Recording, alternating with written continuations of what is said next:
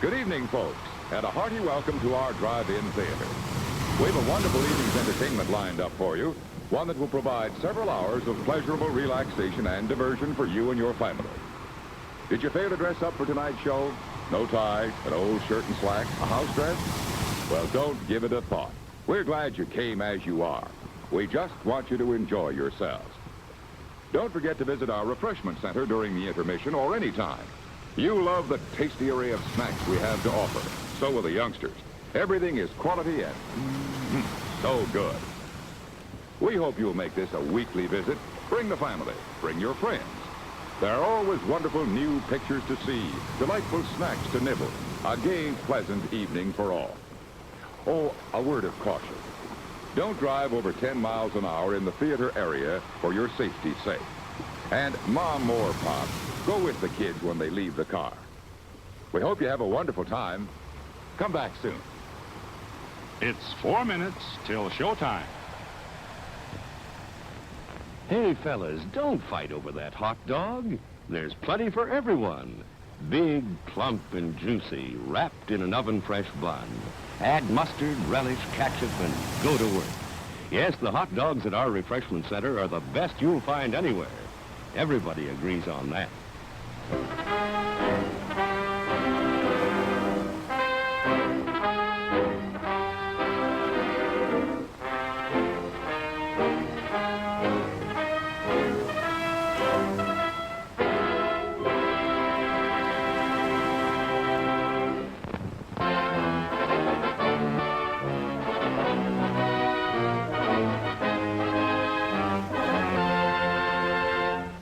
It's 3 minutes till showtime. Thirsty? The refreshment stand is open with everything to satisfy your taste buds. Here's the menu. The hottest, freshest, crunchiest popcorn. Each kernel popped to its fullest with that real movie time taste. Cold drinks. You'll find your favorite ice cold, tasty, and thirst quenching. And hot dogs, hamburgers, and candy too. Now a short intermission, so you'll have time to make your selection before the show begins.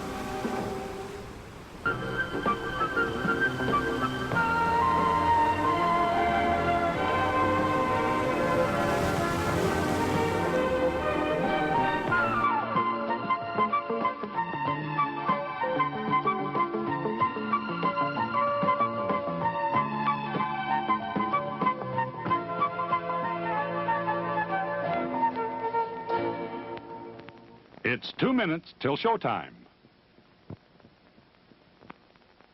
Your attention, please. All new hotshot electric in-car heaters have been installed for your comfort and convenience.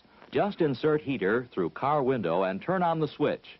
When leaving, please turn switch off and replace on speaker post. Warning, high voltage. For your own safety, do not attempt to repair or remove wires. Do not attempt to open heater unit. If you need assistance, please notify the theater box office or concession manager. Top quality hamburgers, the most popular snack in the country. We serve them plain or garnished to your taste. There are words men live by, words of strength, of wisdom, and of peace. We urge you to find the spiritual comfort and guidance we all so greatly need by attending your place of worship regularly.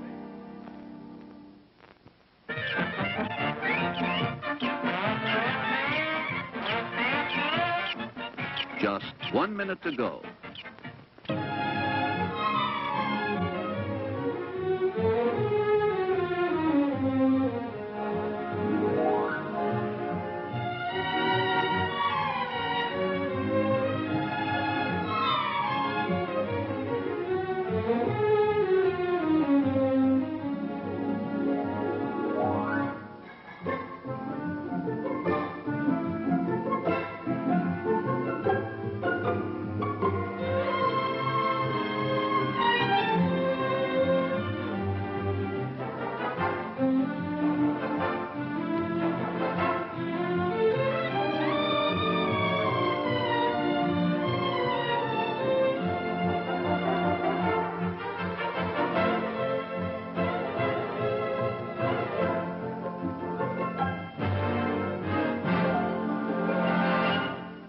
And now, on with the show.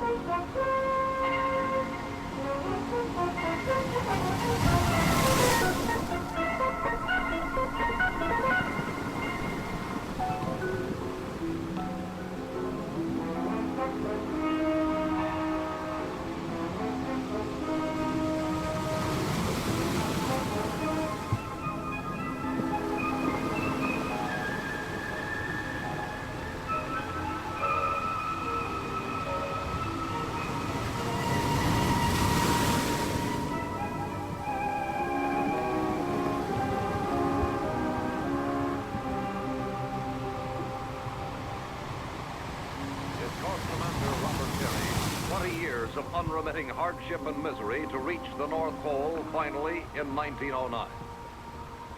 It would have astounded Perry to learn that by the late 1950s and early 60s, the vast frozen top of the world he pioneered had become a vital highway for world travel and commerce, not just in the skies, but also deep under the ice in the frigid 5 million square mile depths of the Arctic Ocean. Here, great passenger and cargo-carrying atomic submarines glided by the dozens back and forth across the pole until a series of mysterious undersea disasters threatened to close the Arctic route forever. The decisive moment came May 3rd at 13:15 hours when the undersea atomic liner Sturgeon, largest of them all, reached 87 degrees 10 minutes north latitude, only a few miles from the North Pole itself.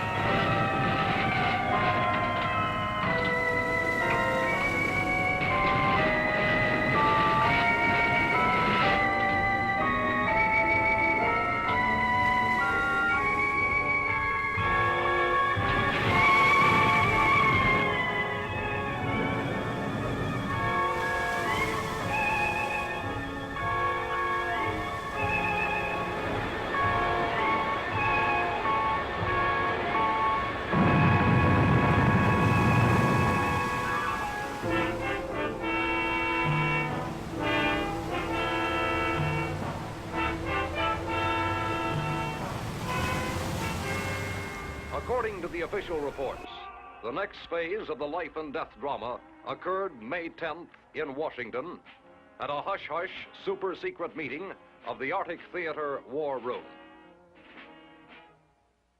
Gentlemen, this is the man we've been waiting for.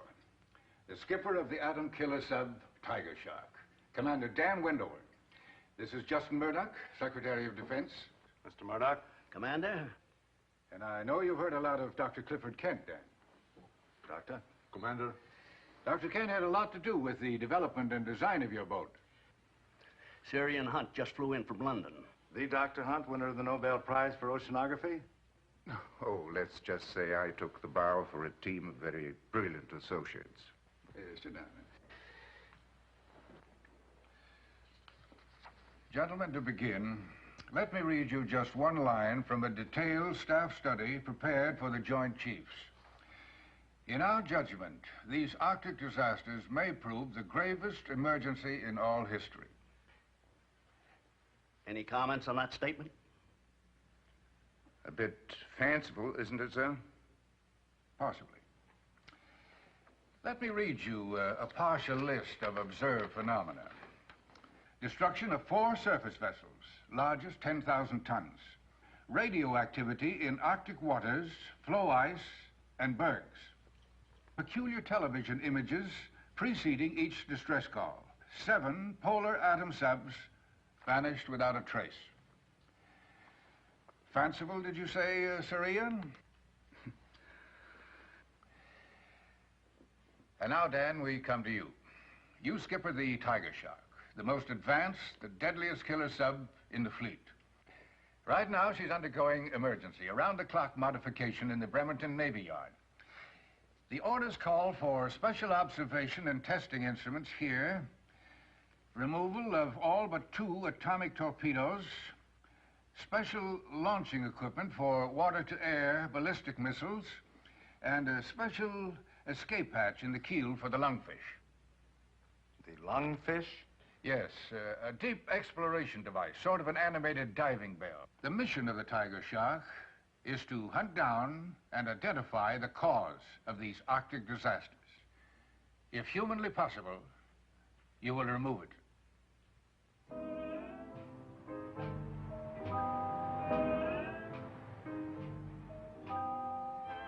Not that I don't think Lieutenant Commander Holloway is the finest exec in the entire sub-fleet, Julie. And not that he isn't the best friend that I have. Come on, Dave. You talk too much. Now, be quiet, little mother. I feel behooved to warn you, our friend Reef is no less than the #1 howl in the entire sub-wolf pack. Nuclear-powered.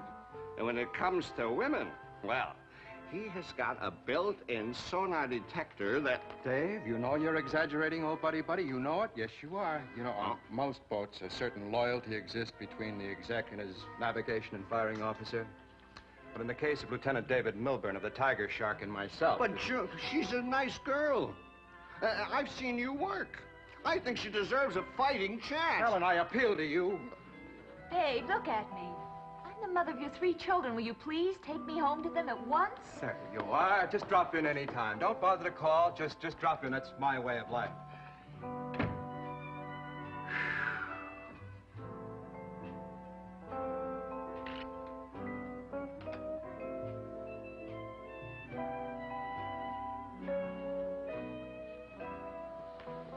Dave is exaggerating, you know.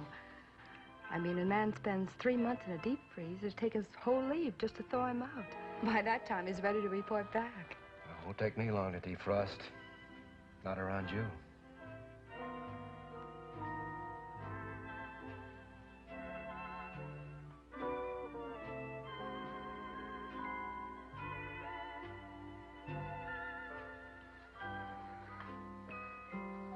What was I saying about thawing out icebergs? Yeah, you never can tell about icebergs. Only show 1/9 above water. After that kiss, I'd say that's about right. Do you feel anything? Are you kidding? No, I mean that this is just the beginning of something. That we didn't just meet accidentally. Oh, that's original. Doesn't the next chorus go something like, let's not waste one precious golden moment. Any second, there could be a knock on the door and... Well, I've seen stranger things happen. Happens all the time to heroes on television, plays, motion pictures.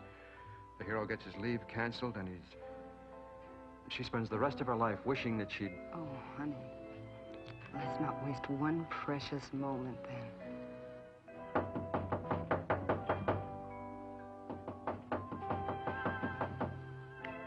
What's that pounding? say more.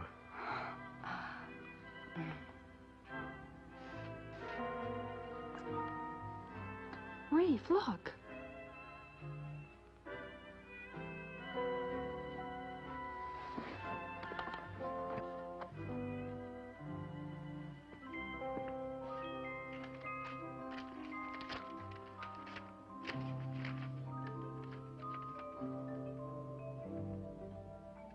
Oh, no. What's wrong? What is it? Oh, no.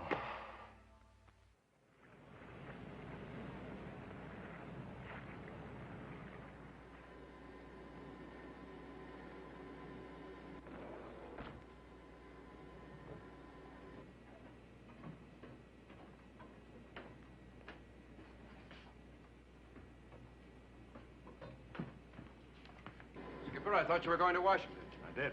Just got back. Reef, I want you to meet a couple of our passengers, Sir Ian Hunt and Dr. Clifford Kent. My exec, Commander Richard Holloway. Right away, sir. Dr. Kent, met you before. Yes, indeed, Commander. You gentlemen are going with us. What for? We'll discuss that later. Roberts. Have Chief Griffin report to me as soon as the crew's aboard. Yes, sir. Watkins? Yes, sir. Will you show these gentlemen their quarters? Aye, sir. This way. Oh. Sorry you had to cut your leave short. Yeah. Come at the wrong time? Yeah. Will do.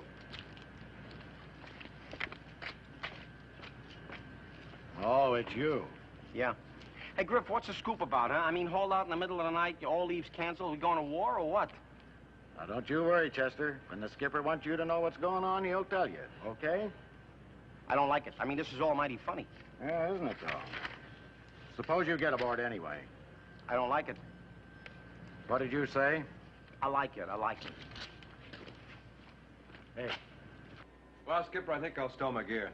Reef, I got some bad news for you. Oh, yeah? You're gonna have to share quarters this trip. Who with? Dr. Nielsen. Dr. Nielsen? Well, when did that happen? Huh? Oh, it's all right. We're all friends.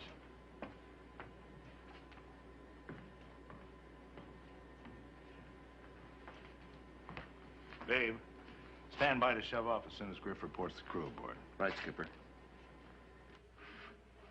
Wow, looks like we're going to share quarters, Skipper. Been a long... Carl. You? Oh, of course. I should have suspected when I heard that doctor. I thought it was your father. It was supposed to be. Dad had a heart attack 2 days ago. He what? It was mild. He'll be all right, but it was out of the question he's coming along. And they thought you could replace the skipper, huh? Well, there was no choice. Dad and I developed the lungfish together. Except for him, I'm the only one qualified to dive in it. You could have trained somebody else. Not in 2 days. Look, do you think I wanted to come? If it didn't mean so much to Dad proving his depth explorer, I certainly wouldn't be here. That I can believe.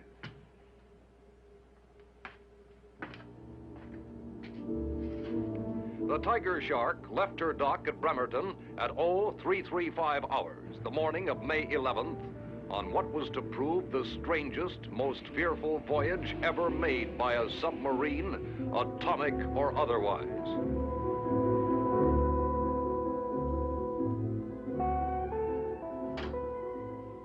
Simultaneously with the Shark's departure and with his crew still in the dark concerning their secret, fateful mission, Skipper Wendover made the first notation in the log.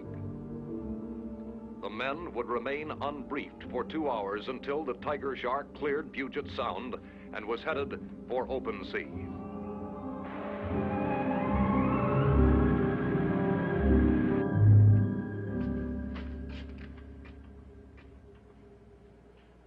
Who the devil belongs to this gear? We do, Chief. Oh. You two guys, huh? And just what do you do around here? Underwater demolition. Seaman First Class Powell, and I'm Corny. Yeah, I know. So you're frogmen. Yeah, we're off tin cans. We've looked the pig boat over from fore to aft, but can't seem to find an empty locker to store our stuff in. An empty locker? In a sub? Are you kidding? This whole deal is making less and less sense to me. What are frogmen doing aboard the Tiger Shark? Following orders, like everyone else in the Navy.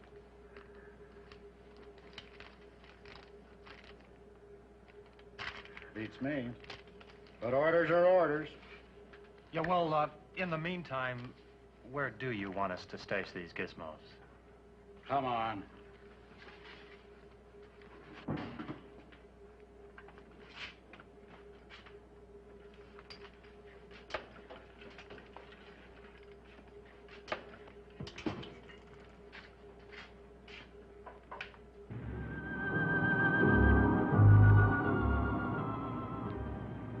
Shortly before dawn, the Tiger Shark, running submerged at better than 30 knots, had left the Sound behind and was headed for open sea.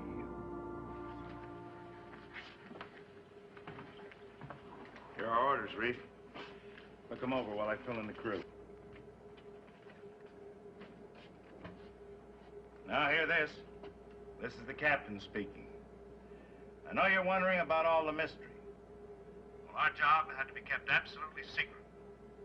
Our mission is to find out what caused the disasters under the Arctic ice.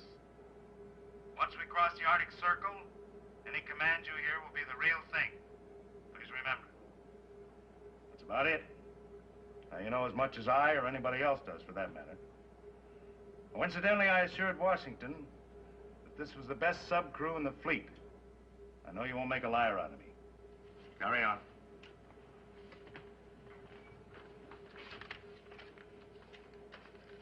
That's it.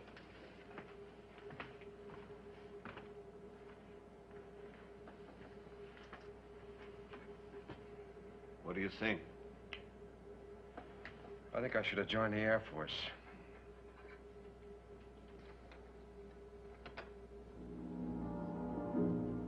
A week later, the Tiger Shark was still running due north at cruising speed. So far, the voyage was routine, uneventful. But the nearer they came to the Arctic Circle, the more the tension increased. The more tiny irritations were magnified into bitter fumes. The more the crewmen pondered their possible fate. On the morning of May 20th, the Tiger Shark crossed the Arctic Circle into the critical area.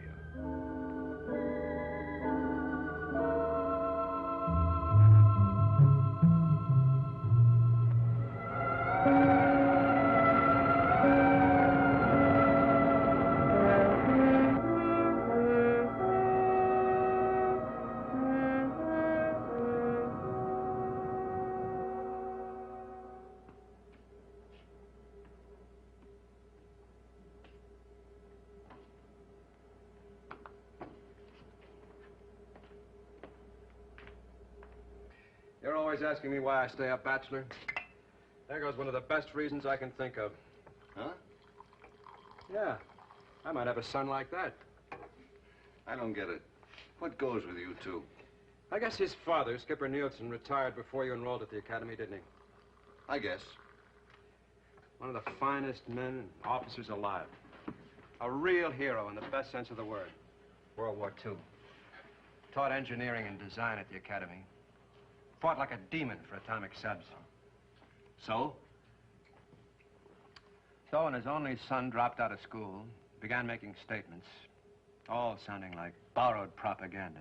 Ban the atomic test, junk the nuclear subs, spend the military budget for peace. Well, it just about broke the old man's heart. Then when the newspapers picked it up, called Carl the honest, sincere son of a warmongering father.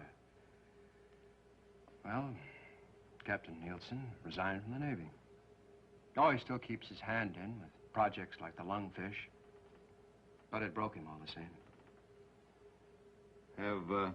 Have you talked to Carl? Try to get his side. His side? He's all front with no back. How can he have a side?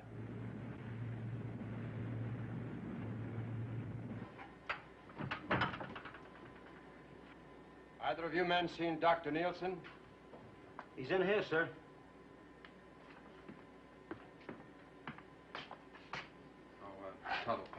Would you men mind leaving us alone for a few minutes? Sure, Mr. Holloway. Dr. Nielsen.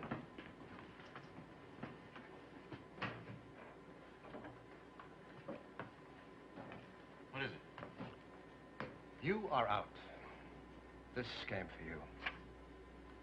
My father? Dead? No, as a matter of fact, he's a lot better. Just got out of the hospital.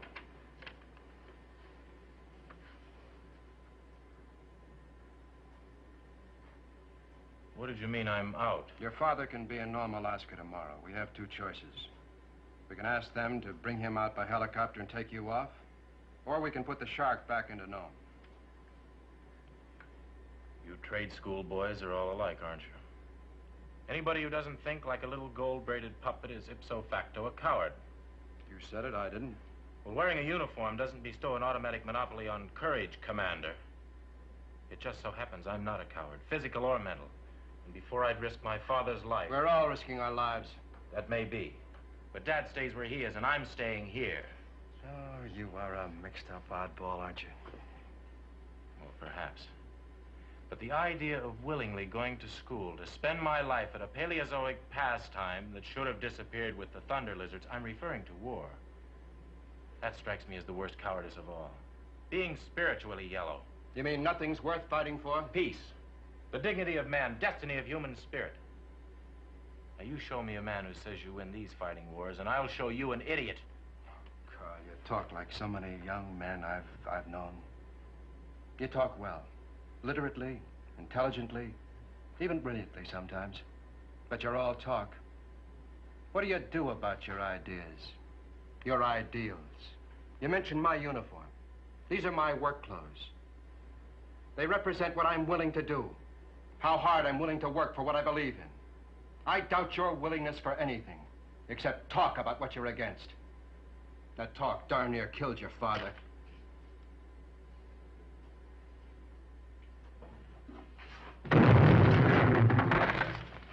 Mr. Holloway to the con, please.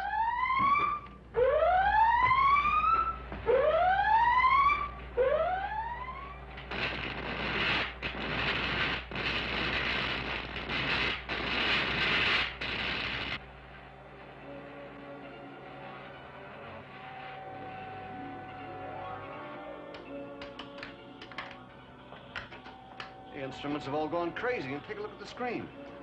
Incredible. Absolutely incredible.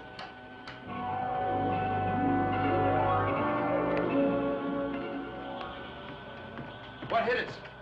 Doesn't seem possible, but could it be an electric storm center? Underwater? High-intensity arcs will burn, submerge, and millions of volts discharge in random directions. Is there any way out of this? Seems all around. What about down? I don't know. Take her down. Maximum angle, maximum depth. Yes. Take her down. Maximum angle, maximum depth.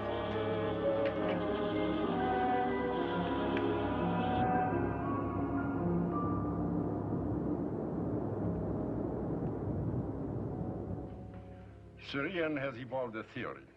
At first, I wasn't about to buy it. But we have eliminated one by one every other logical explanation. It is rather fantastic. But here is a chart of the Arctic region. On it, I've plotted every instant of these peculiar phenomena, the sinkings, electrical storms, our own experiences. Now,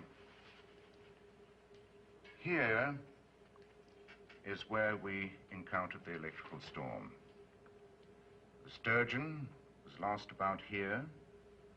The others, here, here, and here. Do you see it? See what? The pattern. The pattern. Each incident occurred almost precisely 1,000 statute miles from the pole. A line drawn through the points of occurrence makes almost a complete circle around the pole. Which adds up to what, Syrian?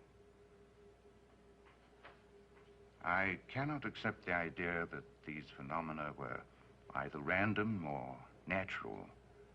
I believe they were motivated by some sort of intelligence.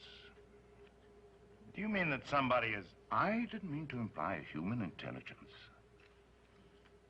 Well, what on earth kind of intelligence is it, Sir Ian? Well, perhaps it's not an intelligence on Earth. Perhaps it's an intelligence from beyond the Earth. What can we do about it, sir? I've been thinking about that. As you see, these occurrences were on this line, almost a perfect circle around the pole. However, there may be a significant break in that ring here in the area of the Queen Victoria Sea near Franz Joseph Land, north of Murmansk in Finland. Supposing your theorizing is correct, then this could be the next danger point. Yes, yes. But supposing we anticipated a little, supposing the tiger shark was lurking there, waiting. You could be right. We'll chart our course right straight across the pole to bring us here, the Queen Victoria Sea. So swiftly, implacably, the tiger shark moved across the top of the world toward her rendezvous with what?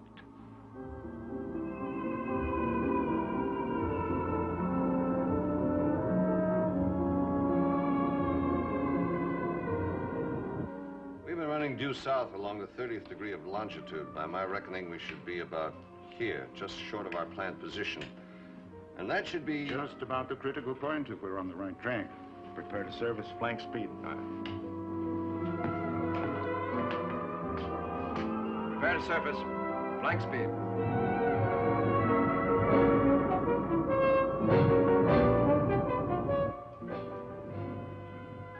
Mr. Melbourne, quick, look at this.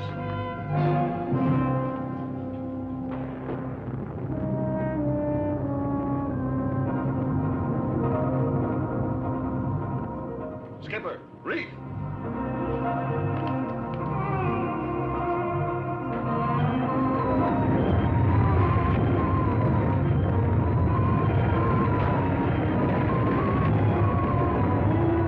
Those chunks of ice are coming right at us. Dive! Dive! Dive! Dive!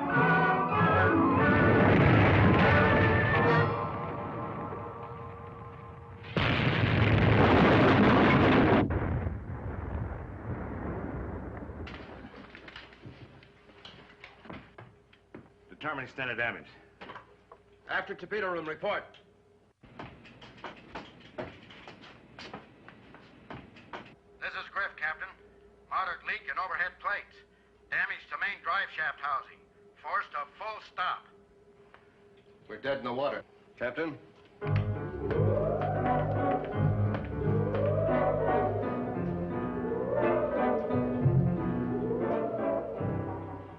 Whatever it is, it certainly can travel. Course and speed. Speed about 22 knots. Course due north. Directly toward the pole. Are you two flounders about set? We're ready. Now try and remember you're not going out to rehearse a water ballet. We need a damage report. I never should have volunteered. If I had enough sense, I would have... Hey, look out for the sharks, huh?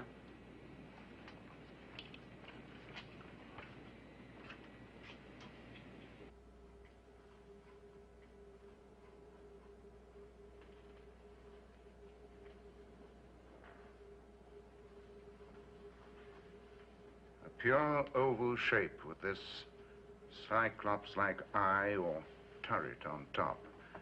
I'd estimate its diameter at, 300 feet. No discernible orifices. The eye of Cyclops. What did you say, Sir Ian? Just musing about our one-eyed adversary and the Homer legend. The Cyclops were the sons of heaven who forged the thunderbolts thrown by Zeus. Our own Cyclops throws quite a thunderbolt itself.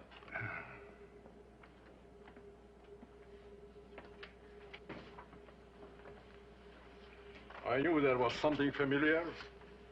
Take a look. This picture was taken by an amateur astronomer over New Mexico. I have had it since I served on the Air Force Evaluation Board for UFO reports. Unidentified flying objects. Then this is a flying saucer. That was the popular designation, yes. Weren't all the sightings in the sky, not underwater? This would explain why there were never any reports of landings. It's quite possible that whoever or whatever inhabits this craft is not a land creature at all, but some form of marine life. That would make our little green men actually little green fish. Undersea flying saucers. Excuse me, Skipper. Yeah, Griff? All internal repairs completed, and frogmen report exterior damage minor. Then we can get underway, huh? Right, sir. Dave, you plotted the course of Cyclops? Then that's our course. Where he goes, we go until we get him. Or perhaps until he gets us. So the tiger shark began relentlessly stalking her space enemy. Up to the pole, back to the Arctic Circle, again and again. A week, a fortnight, a month.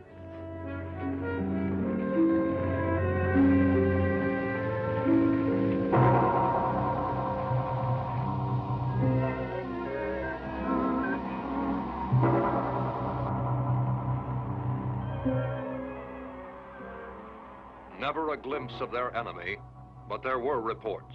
New disasters, new ships and lives lost.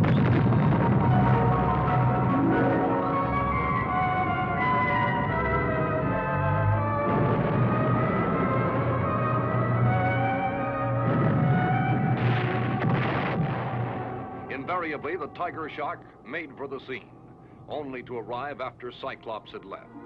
For all its desperation, the pursuit seemed fruitless. And then on July 3rd, Dr. Kent and Sir Ian held an urgent discussion with Reef and the skipper. Why does Cyclops invariably return to the pole between attacks? Never two in succession. Always away and back, away and back. We've asked ourselves that over and over 1,000 times. But answers are what we need, not more questions. We think now we have them. We took for granted his source of energy was nuclear. But suppose it isn't at all. What if it is magnetic? Yes. Yes. We harness energy on a small scale by cutting magnetic lines of force. Supposing Cyclops does it on a super scale. The North Pole is the positive end of the biggest magnet of all, the Earth itself. What you're getting at is that you think our saucer friend must return to the pole regularly to recharge his batteries. That may be oversimplifying it. But, now, our present tactics are useless. But suppose we place ourselves between Cyclops and the pole. In such a way as to prevent him returning to the pole to, as you put it, recharge his batteries. If we are lucky enough to catch him with his power depleted. Then we polish him off with an atomic fish. We wait till the next report of trouble, and then we lie in wait for him, right in his path, and bushwhack him. Bushwhack? Yes, it's an American tactical expression. So, a change of tactics. Now, the tiger shark cruised almost over the North Pole, waiting for the radio report that would put the plan into effect. On July 13th, at 1600 hours, it came. We got it, Reef. Cyclops? Sounds like a distress signal from a small freighter between Ellesmere Island and Greenland. One Mayday, then nothing. Where's the skipper? Already in the con.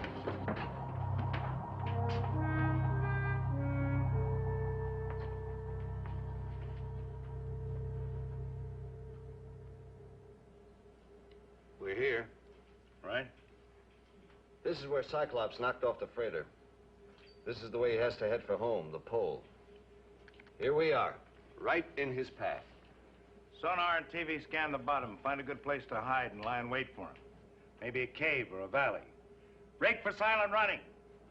As soon as we're on the bottom, secure everything that hums or buzzes. I want absolute silence. Very well. Break for silent running.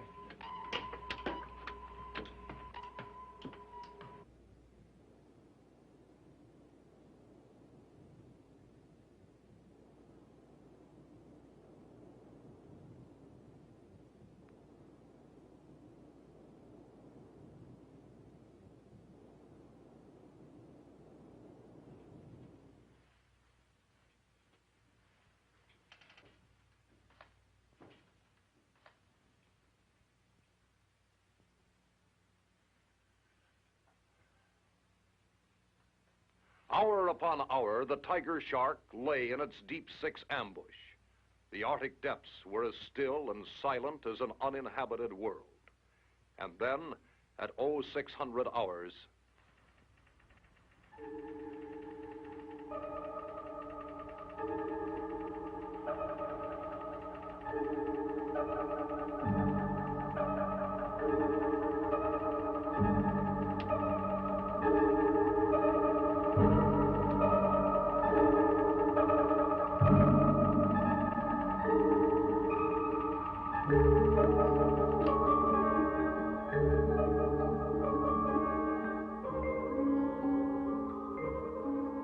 Skipper, Dr. Kent.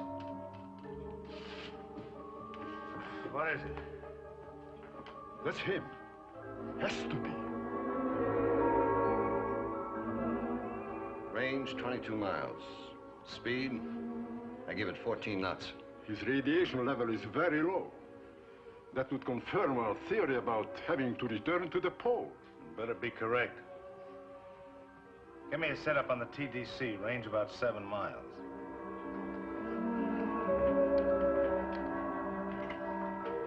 Reef. Arm atomic warheads. Load tubes 1 and 2. Report to the con. Sounds like we mean business. Yeah. Griff, you arm number 2. I'll handle number 1.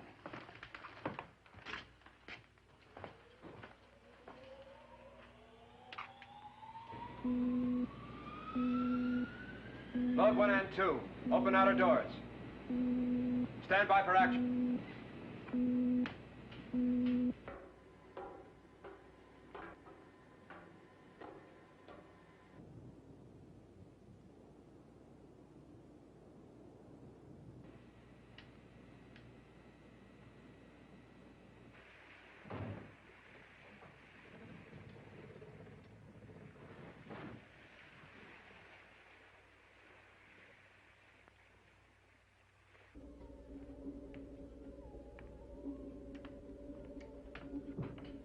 Range now 15 miles.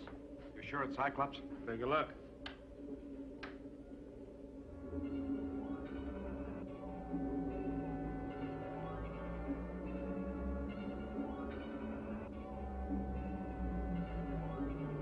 Range 14.5 miles. Griff to Skipper. Tubes 1 and 2 loaded. Outer doors open, ready to fire.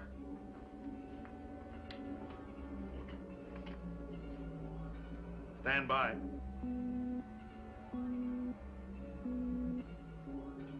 Range 8 miles.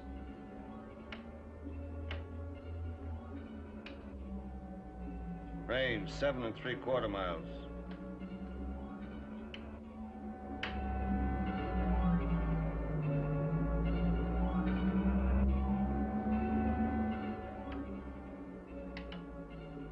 Zero, -10. 9, 8, 7, 6, 5, 4, 3, 2, 1. Target 0. Fire 1.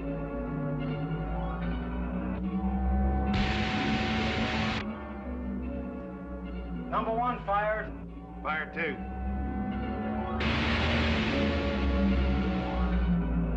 Number 2 fired.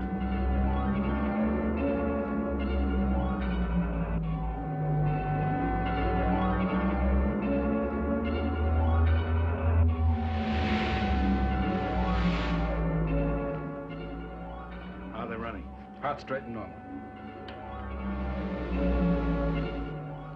Number 1 missed. How could it? We're dead on the target with a homing fish.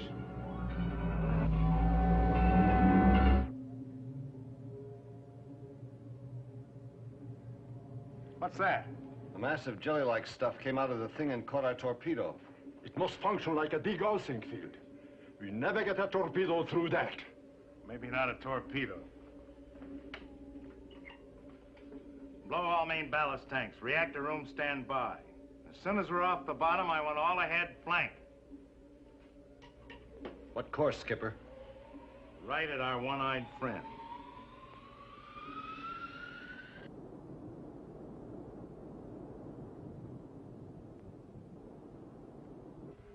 Right at him? That's what I said. But what can we accomplish? We can ram him. You've weighed the consequences, Captain. The lives involved. Doctor, I've weighed the destruction that the Cyclops has done already and what he'll do in the future unless we stop him right now. There must be some other means. What other means? If the tiger shark can't stop him, no power on Earth can.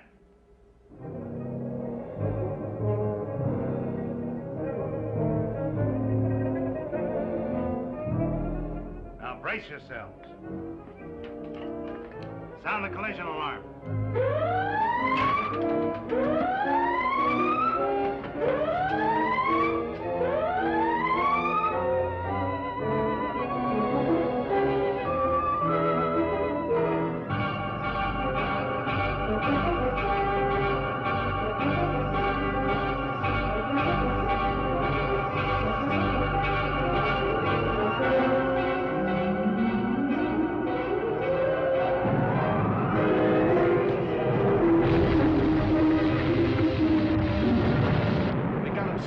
Drove right into him.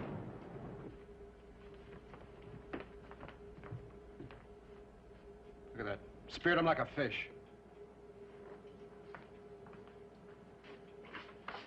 We did it, boys. Dove right through the saucer's side. Reactor room, give me all reverse, full.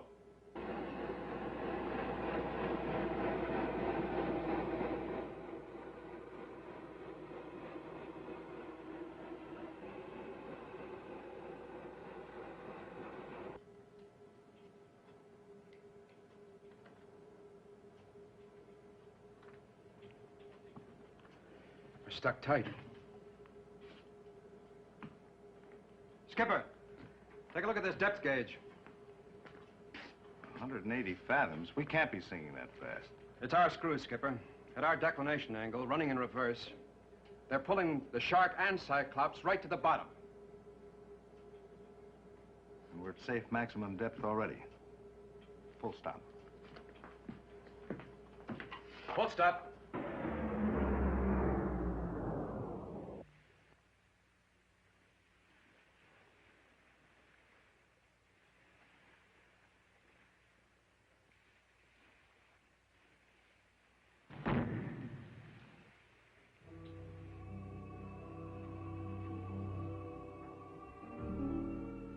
Hours later, the two Titanic craft were still locked together in an apparent death grip.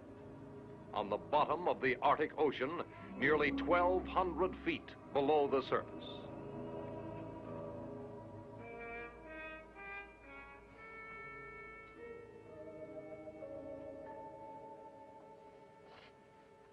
Well, anybody got any ideas? Anything's better than lying here. Suppose there's some kind of atmosphere inside the Cyclops. What do you mean? Well, maybe we could get inside the saucer. We could use our torches to cut the shark loose. That's all very well, young man. How would one go about getting inside Cyclops? Well, through the eye, using the Depth Explorer. Yes. The Explorer was built to operate at even greater depths. Yeah, but suppose there isn't any atmosphere inside the saucer. Well, then the idea's no good, but we're no worse off than we are now. You've got to let us try, Skipper. Us? Reef and I could take the Explorer down, clamp it onto the eye. No. You can't, but I can. I can deliver you to the eye. Then you... A little out of your line, isn't it? Why don't you stay aboard and make a speech? Maybe you could get him to ban flying saucers. Listen, Holloway. However our ideas disagree, I've said before, I'm not a coward. And it happens you have no choice. Either I take you down there in the lungfish or you don't get there. I'd sooner swim. That's enough, both of you. Very well, sir. No use making the odds any longer than they are. So happens that Dr. Nielsen's right. Get the Explorer in the airlock and prepare for launching. You better take Carney and Powell with you. Frogmen? That's right. Their underwater experience might make them invaluable. You'll need sidearms.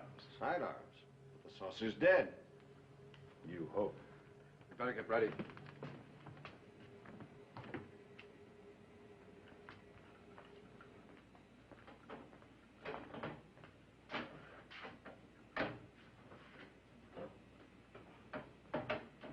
Girls, you go everywhere I go. All right, Carl, there's still time. Want to show me how? Get in.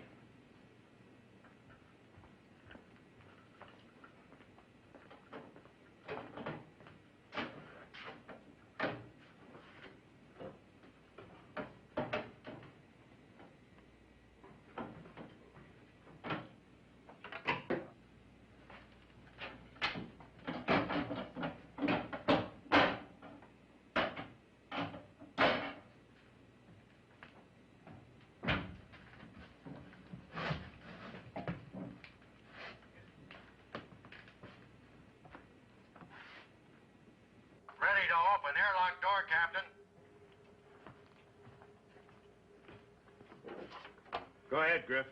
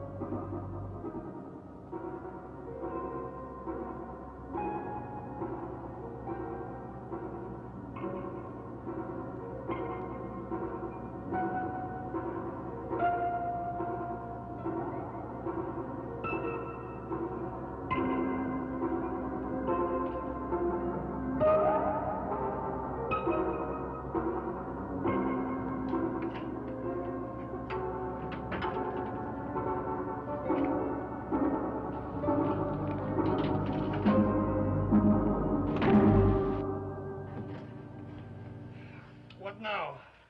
What do you say, Doctor? Shall we take a chance? That's what we came for. Well, you all stay here. I'm going to take a look inside. Not alone, you're not.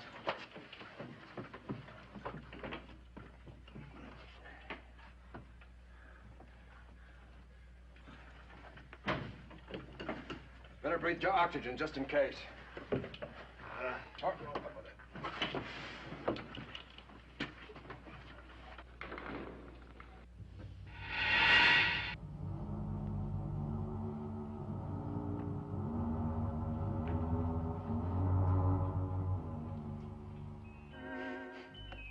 Air. Pure air. Under pressure. That's relieving. But we won't need these tanks. Good luck, man. All right. Let's go.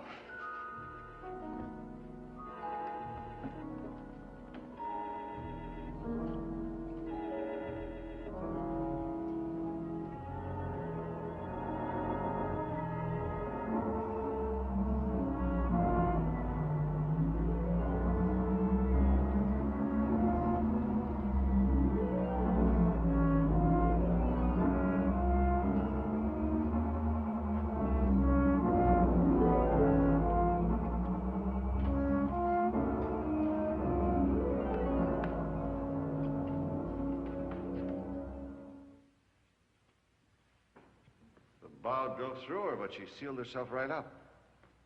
Yeah. That's our problem. The saw teeth of the ram are caught in the break. Now, if we can cut it away, the shark can pull herself loose. I think you're right. Powell, go back to Dr. Nielsen. Tell him to report to the skipper. All right, let's get to work.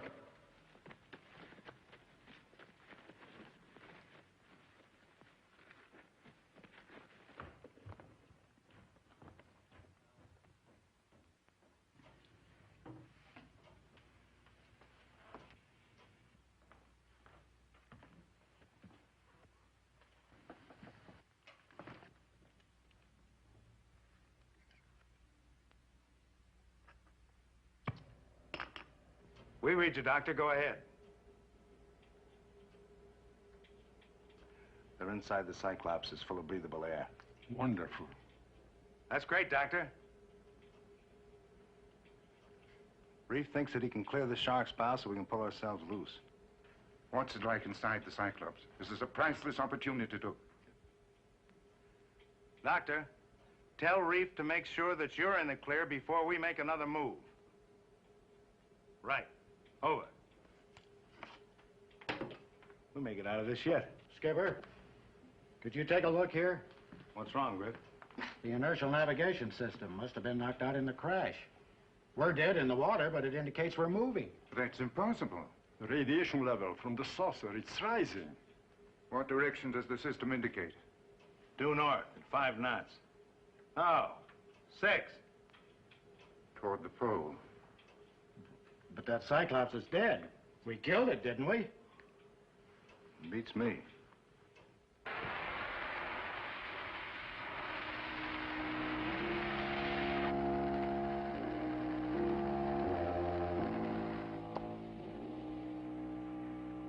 Dave. Yeah? Do you hear anything? I don't hear anything. You've been down here too long. You better go topside and rest. Strange you don't hear it.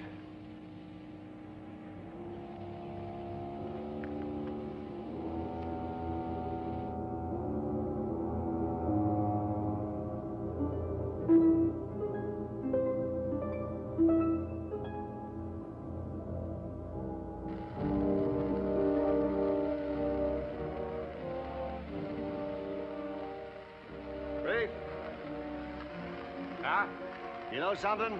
I think it's getting lighter in here. Yeah. Yeah, it is. I didn't know better. I'd swear we were moving. Now, let's get back to work, and maybe we will be soon.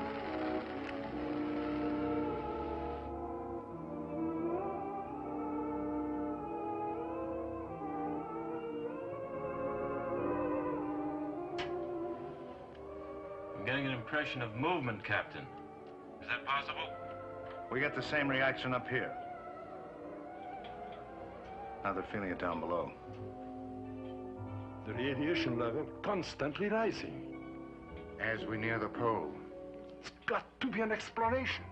I think there is. I believe our friend Cyclops is returning to life.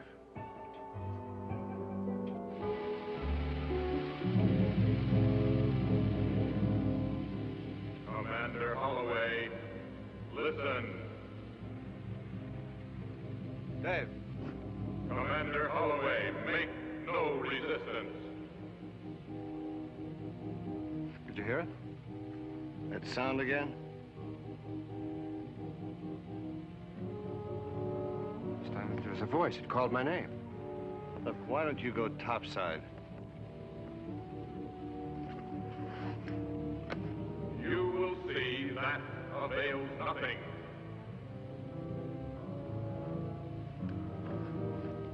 Where do you think the sound was coming from? Down there somewhere.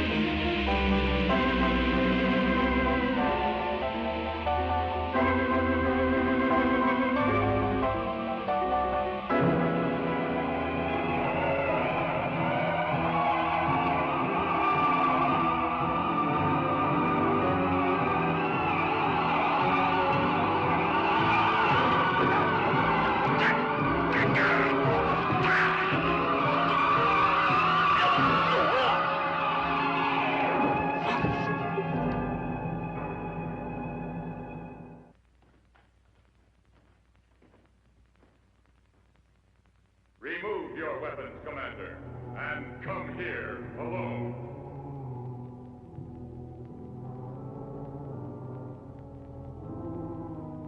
Come where? To me, here. That voice again? He wants me to go alone. Oh, it does it? You better stay here.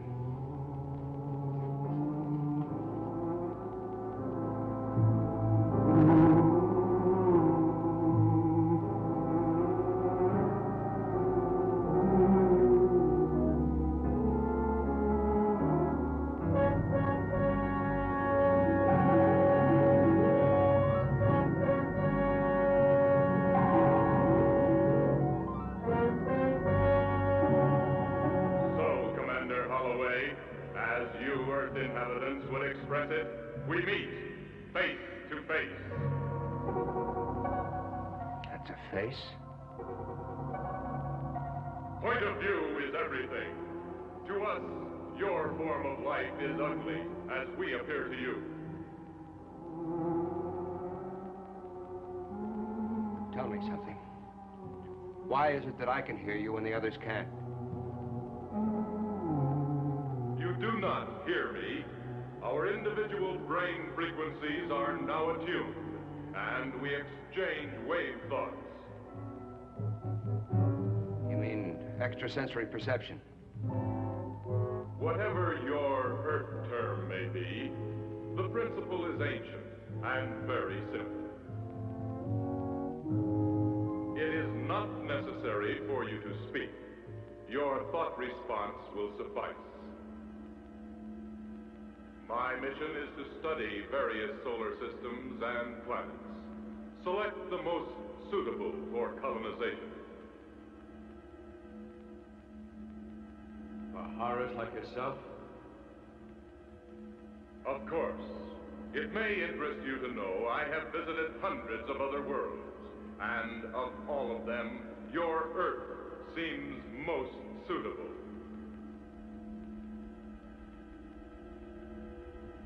Swell.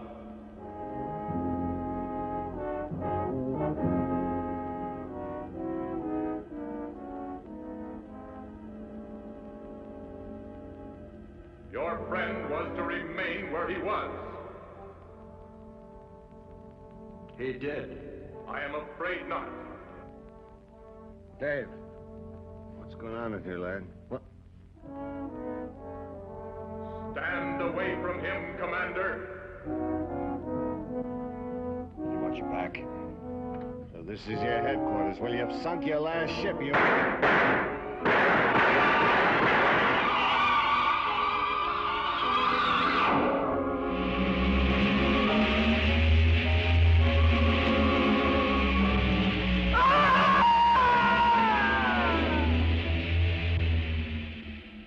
Why not me? What am I, the closing act? On the contrary, I want you unharmed. Perfect. Why? I have selected you to return with me along with several other specimens for study. We will examine you and the others, discover desirable features to incorporate in our Earth colonizers. And you just build them in, huh? Of course. Evolution is much too slow a process. On Earth, you build with inanimate material. We employ living tissue. This space vehicle, for example. It is a living thing. When damaged, you would say wounded. It immediately heals itself. Oh, that's why no water leaked inside when we rammed you. Of course. But it is time to begin the return voyage. To navigate, won't you have to see your way? Obviously. You'll be rough!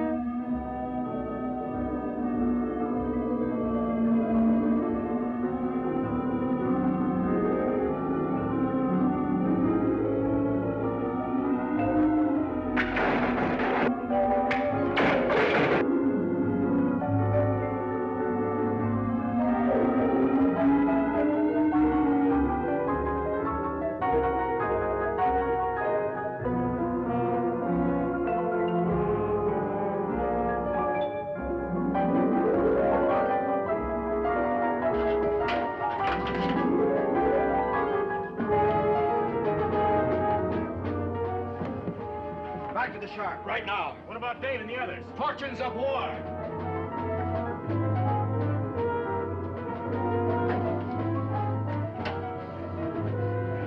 Skipper, this is Reeve from the Depth Explorer.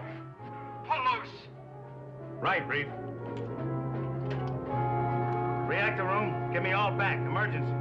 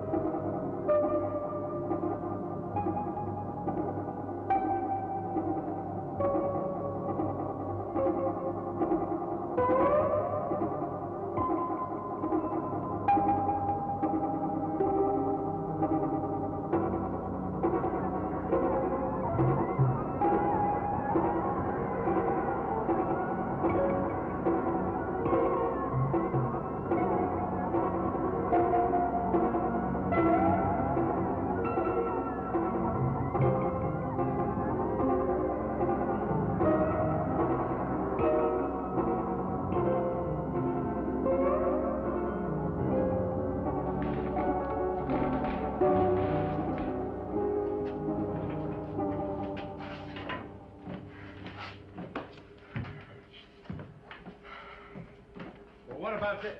Skipper, we didn't kill it. And if that thing ever gets back to where it came from, the Earth is doomed and everybody on it.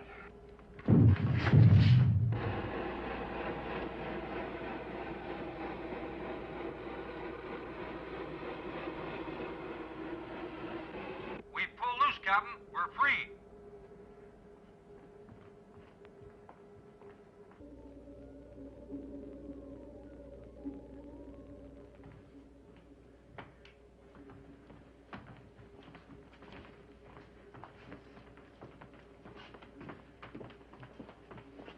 There it goes.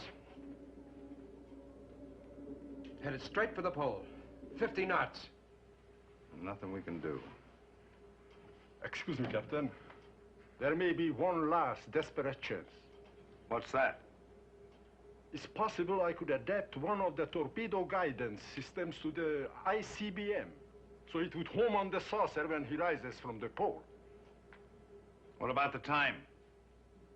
Cyclops will have to linger at the pole to recharge its power banks. That's worth a chance. Reef, take over as navigator and see if you can find us an air hole in the ice. Let's go. Very well. Adapt a complicated guidance system to a huge ballistic rocket. Convert it to a water-to-air interceptor missile. It was foolish. It was insane. It was fantastic. But it was their only hope. And the Earth's only hope. Ready? As ready as we can be. I'll report to the skipper.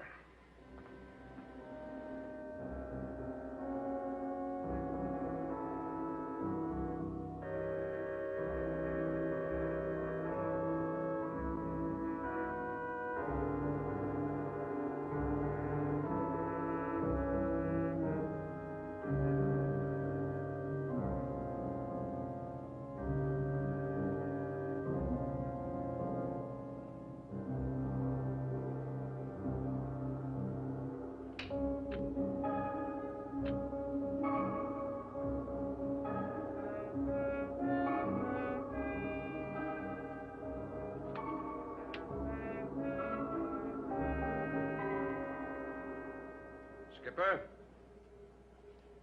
We found our hole in the ice. What's the corrected bearing of the magnetic pole? 357 degrees.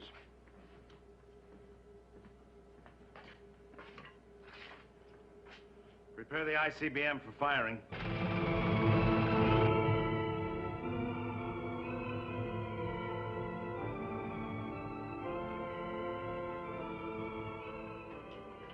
Well, that's about all we can do until our space friend decides to blast off.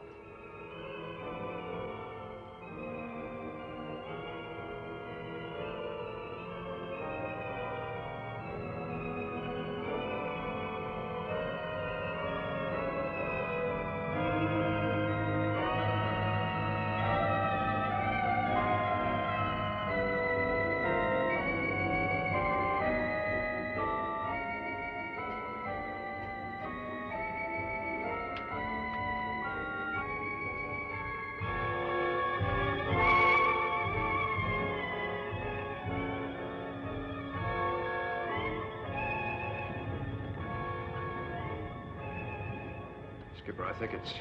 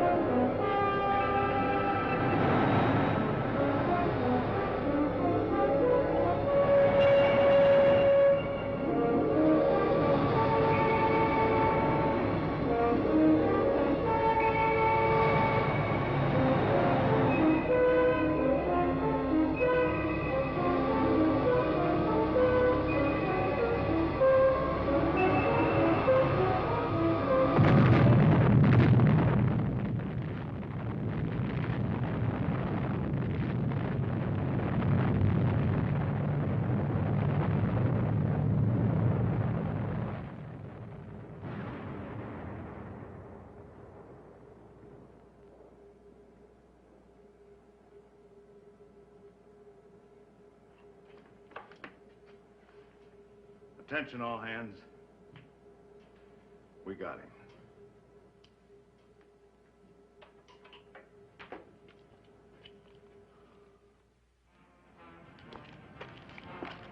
Cigarette? Oh, they're so remote, the stars. Cold, beautiful. Now I wonder. Yeah? Which is the one? The one we have to worry about. Well, we have enough ills here to worry about, but maybe, just maybe, when their ship doesn't return, they'll decide not to come here after all. But if they do? I don't know. No, I wouldn't worry. Not when we have boats like the Tiger Shark, men like you, Skipper, Dave, Surrey and Kent, and my father. And his egghead son will give him a rough reception, won't we? You know, I think I lost my little black book on that lousy thing.